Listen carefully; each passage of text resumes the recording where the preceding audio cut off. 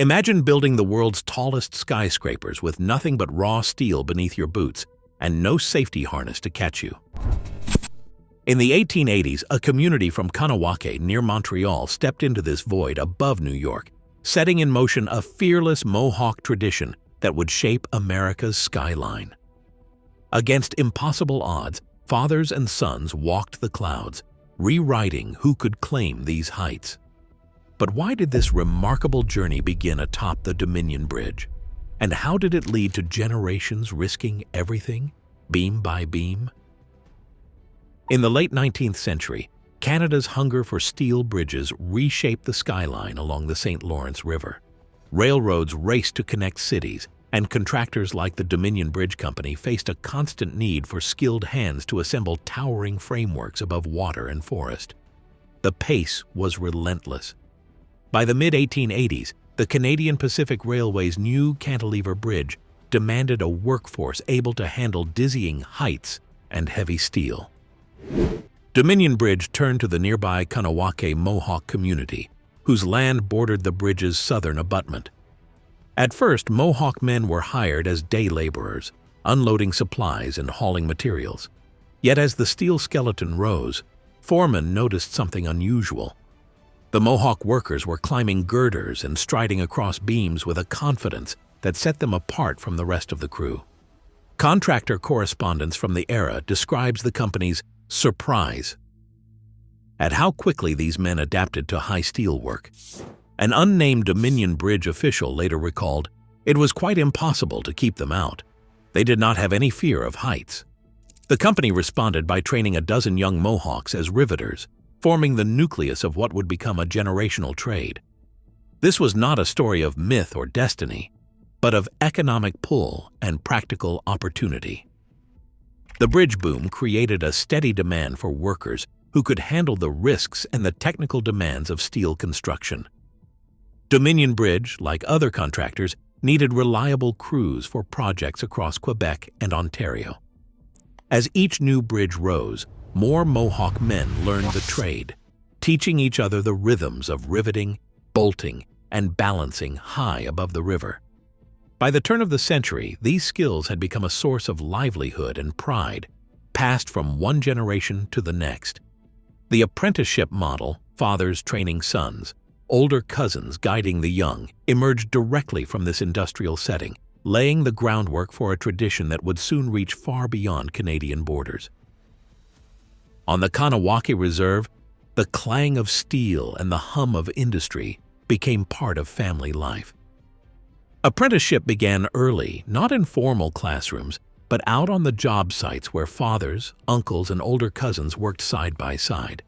Boys watched as their elders balanced along girders, learning where to place their feet, how to trust their weight to narrow beams, and how to read the wind high above the earth. The first lessons were simple: carry tools, fetch bolts, keep quiet, and observe. As confidence grew, the tasks grew with them.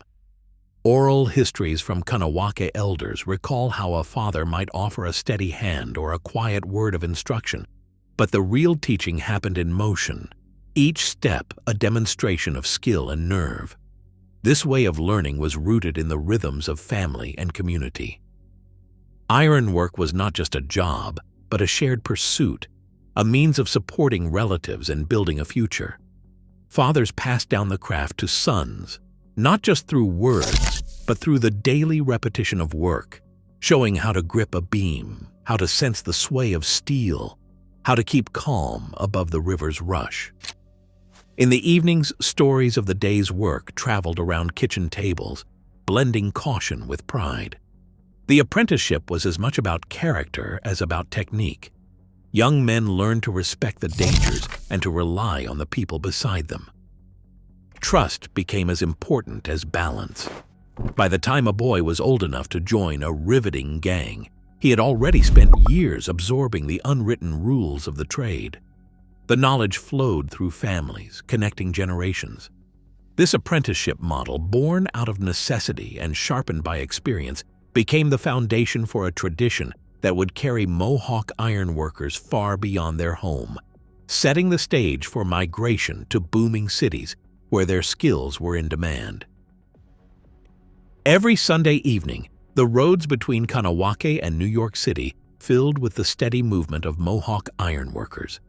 Men packed their bags, said goodbye to their families, and climbed into cars or crowded onto trains, bound for the city's skyline in the making. The trip south covered hundreds of miles, often through the night, as workers traded stories, shared food, and prepared themselves for another week in the high steel. Some drove in battered Chevrolets or Fords, headlights cutting through the darkness of upstate New York and the Adirondacks. Others pooled money for train fare, riding the rails with lunch pails and tool belts in hand. By dawn on Monday, they arrived in Brooklyn, ready to report to job sites that stretched from Lower Manhattan to the Bronx.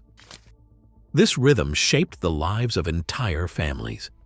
Fathers and sons, uncles and cousins, all followed the same weekly migration, leaving the reserve together and returning together.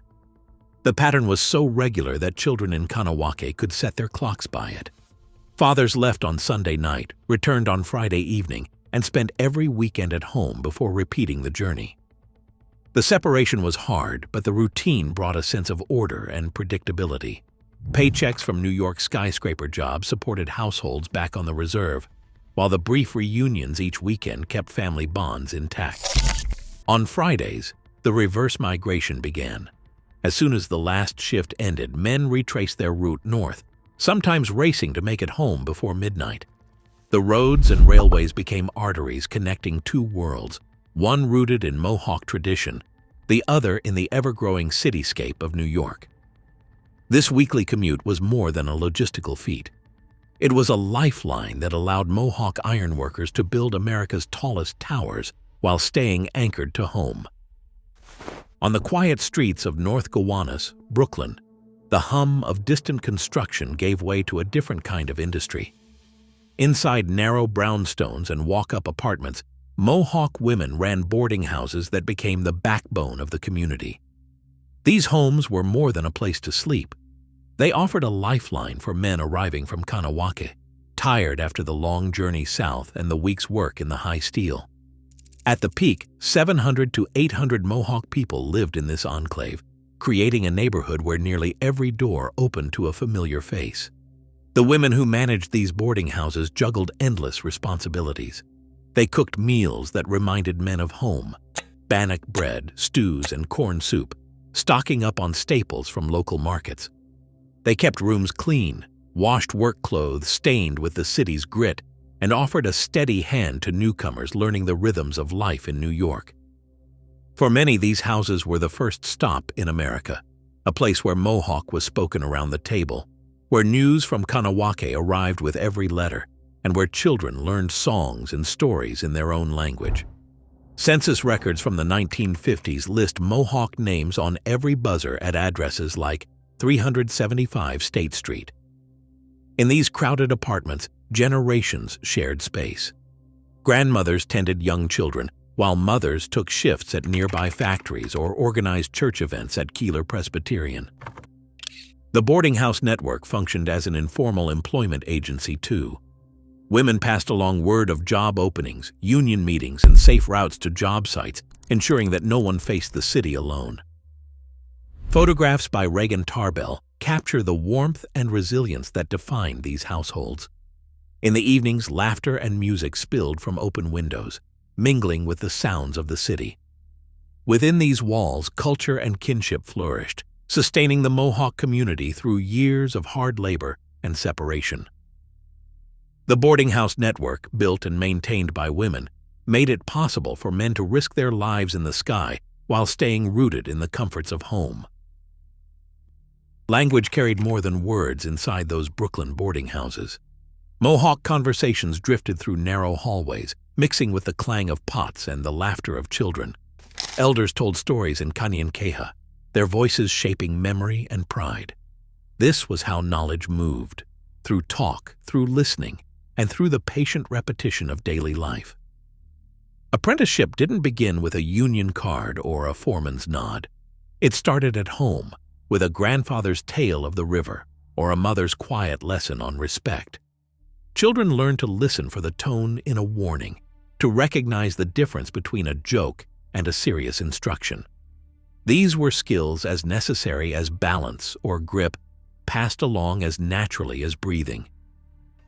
Audra Simpson, a Mohawk scholar, describes this flow as a kind of governance, a way the community decided who was ready, who needed more time, who could be trusted with the next step. The boarding house economy made this possible. With rooms always open for family and friends, young men could arrive in Brooklyn with little more than a name and a promise. Women kept the books, organized the meals, and set the rules. They made sure that newcomers found work, learned the city's rhythms, and stayed connected to home. Oral histories recall how a grandmother's advice could steer a young man away from trouble, or how a family gathering might double as a lesson in responsibility. Skill and ironworkers were learned at the table. Evenings brought everyone to the table, where Mohawk and English blended over bannock and stew. Children listened as elders recounted the old days on the river or the first jobs in the city. These lessons, spoken and unspoken, shaped the next generation of ironworkers. Skill was never just about walking steel. It was about knowing where you came from and who you could count on when the wind rose high above the city. On the steel skeletons of New York's skyline, every joint and beam depended on a team of 4 working in perfect rhythm. The riveting gang was the engine of high-rise construction, each member with a role so defined that a single missed step could bring the entire process to a halt. At the heart of this choreography stood the heater. He worked beside a portable forge, stoking its flames until the air shimmered with heat. With tongs, he pulled out rivets glowing cherry red, their tips soft enough to form but seconds away from cooling and hardening. Timing was everything. The heater's call signaled the tosser, who stood ready to snatch the hot rivet and launch it through open air. The arc of a flying rivet, red as an ember, could span 20 feet or more. It demanded a steady arm and absolute trust. There was no room for hesitation or error. On the receiving end waited the catcher, perched on a narrow beam high above the street. He wore a heavy leather glove and held a cone-shaped bucket, eyes fixed on the rivet's flight. With a practiced flick, he guided the rivet into the bucket, never flinching as the metal hissed and smoked on contact. In one swift motion, he extracted the rivet with tongs and pressed it into a waiting hole in the steel. The 4th man, known as the bucker up, braced himself on the opposite side of the beam. He wielded a heavy hammer or a pneumatic gun, ready to shape the rivet's glowing end into a perfect mushroom cap. As soon as the rivet was in place, the bucker up drove it home, flattening the head against the steel and locking the joint tight. The sound of hammer striking metal echoed across the frame, a sharp punctuation in the city's rising chorus. Historic film reels show these teams working with a speed and confidence honed by repetition. Each man relied on the others, trusting that the heater would judge the temperature just right, that the tosser's throw would reach its mark, that the catcher's hand would not falter, and that the bucker up would strike true. There was no safety net below, just the wind, the city far beneath, and the knowledge that every connection in the building depended on their shared focus. The tools were simple: a forge, tongs, buckets, and hammers. The risks were not. Molten rivets could burn through canvas pants in an instant. A dropped rivet might fall a dozen stories, endangering everyone below. The only protection was skill, attention, and the certainty that each man had learned from those who came before. This 4-man team formed the backbone of every skyscraper, their movements as precise as any machine. Young apprentices began by carrying buckets or tending the fire, watching the veterans work until the steps became second nature. Over months and years, they learned the silent cues: a nod, a shout, a flick of the wrist that governed the rhythm of the job. In this world, trust was not a luxury, but a requirement. Each rivet hammered into place was a testament to teamwork, to the invisible web of reliance that held both the building and its builders together. Without this bond, the work could not go on. The riveting gang's skill and unity made it possible for steel to rise, floor by floor, into the clouds. On the high steel, survival depended on more than skill. Every move, every step, was a test of trust. Crews worked without harnesses, nets, or hard hats, just hemp ropes around their waists and boots with steel toes. The only real safety line was the man beside you. Ironworker Rice once said, "Your partner watches your back, and you watch his back. You need that trust." For Mohawk workers, this was not just a saying, it was the rule that kept men alive. Union logs from the early decades show a steady record of accidents, but also a pattern, and Mohawk crews moved quickly and efficiently, with fewer delays for injuries than many others. Oral histories recall how, at the start of a shift, men would check each other's boots and ropes, passing down quiet reminders about loose bolts or slippery beams. There were no written safety manuals, no inspectors walking the girders, just a code of mutual responsibility enforced by experience and memory. The absence of modern protection meant that every job was a gamble. Temporary nets sometimes hung below the lowest working floor, but these were meant to catch falling tools, not men. Planking might be laid on every other floor, but gaps yawned everywhere, and a single misstep could send a worker plunging through open air. The only certainty was the need for absolute concentration. Speed mattered as much as caution. Contractors paid by the ton, and the faster a crew could rivet and bolt, the more they earned. Mohawk teams gained a reputation for moving steel at a pace that amazed foremen. Oral accounts describe how a well-drilled gang could place and fasten a beam in minutes, each member anticipating the next step, working with a near-silent rhythm. This efficiency was not just a matter of pride, it was a shield against danger. The less time spent on an exposed beam, the lower the risk of a sudden gust or a moment's distraction. Trust was built in the small things, a nod before a beam swung overhead, a shouted warning. When a rivet flew off course, a steadying hand on a swaying girder. If a man felt his balance slip, he knew someone would be there to grab his arm or brace his weight. The bond between partners was forged over years of shared risk, and stories of narrow escapes became part of the oral history passed around kitchen tables and bunkhouse beds. Mistakes, when they happened, were remembered for a lifetime. Some men carried scars from burns or falls, reminders of moments when trust or attention failed. Yet the culture of mutual reliance remained strong, reinforced by the knowledge that every worker was also a brother, cousin, or friend. In this world, looking out for each other was not just a matter of safety, it was a matter of honor. Before the era of safety harnesses and engineered protection, Mohawk Ironworkers managed risk through vigilance and partnership. Their speed and efficiency on the job did not come from recklessness, but from a deep understanding of the dangers and the absolute necessity of trust. Each day on the steel was a lesson in relying on others, and every successful shift was proof that together they could do what no single man could survive alone. Steel began rising over Fifth Avenue at a pace that stunned even seasoned builders. In March 1930, crews started assembling the Empire State Building's frame. By summer, Mohawk Ironworkers were guiding beams into place as fast as the mills could ship them. Each week, trains unloaded fresh steel at the site. Every month, more than 10,000 tons of girders and columns were hoisted skyward, an industrial ballet that played out 5 days a week, dawn to dusk. Foremen tracked progress with disbelief. The structure climbed 4 and sometimes 5 stories in a single week. Onlookers in Midtown watched as the building seemed to leap above its neighbors, the steel skeleton taking shape far faster than any skyscraper before it.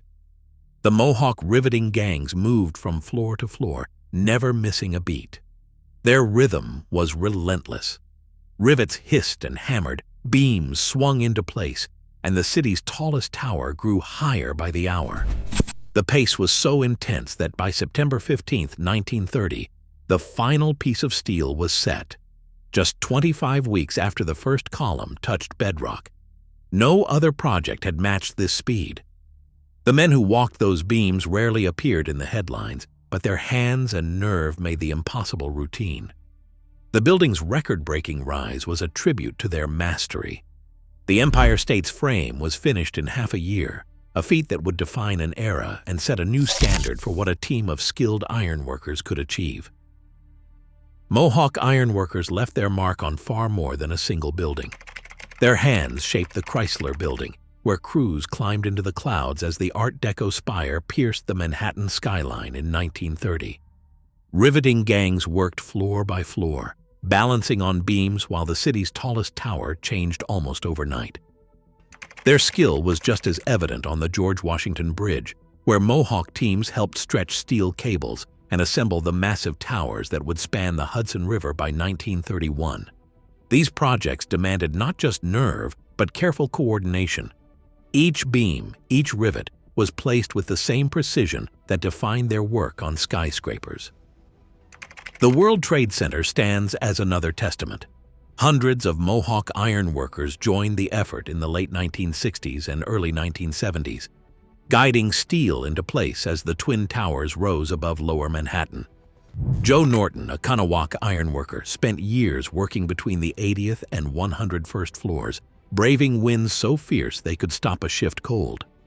The last girder of the North Tower was signed by Mohawk workers, a quiet tradition that honored their presence on the project. Cornell historian Robert Venables once observed that virtually every skyscraper has been built by Mohawk and other Iroquois ironworkers, including the new Time Warner Building, Rockefeller Center, the Empire State Building, the Chrysler Building, and many bridges. Archival photographs and project rosters confirm this scope. From the Flatiron to the United Nations, from the RCA Building to Madison Square Garden, Mohawk ironworkers were there, sometimes in the hundreds, lifting steel, tightening bolts, and leaving fingerprints on the bones of America's greatest landmarks. Every claim in this story rests on a foundation of records and photographs and first-hand accounts held in archives across North America. The research plan begins with contractor rosters and payroll sheets from the Dominion Bridge Company, stored at Library and Archives Canada. These documents, if located, can confirm the earliest names and numbers of Kanawaki Mohawks who worked the steel in the 1880s and the 1890s.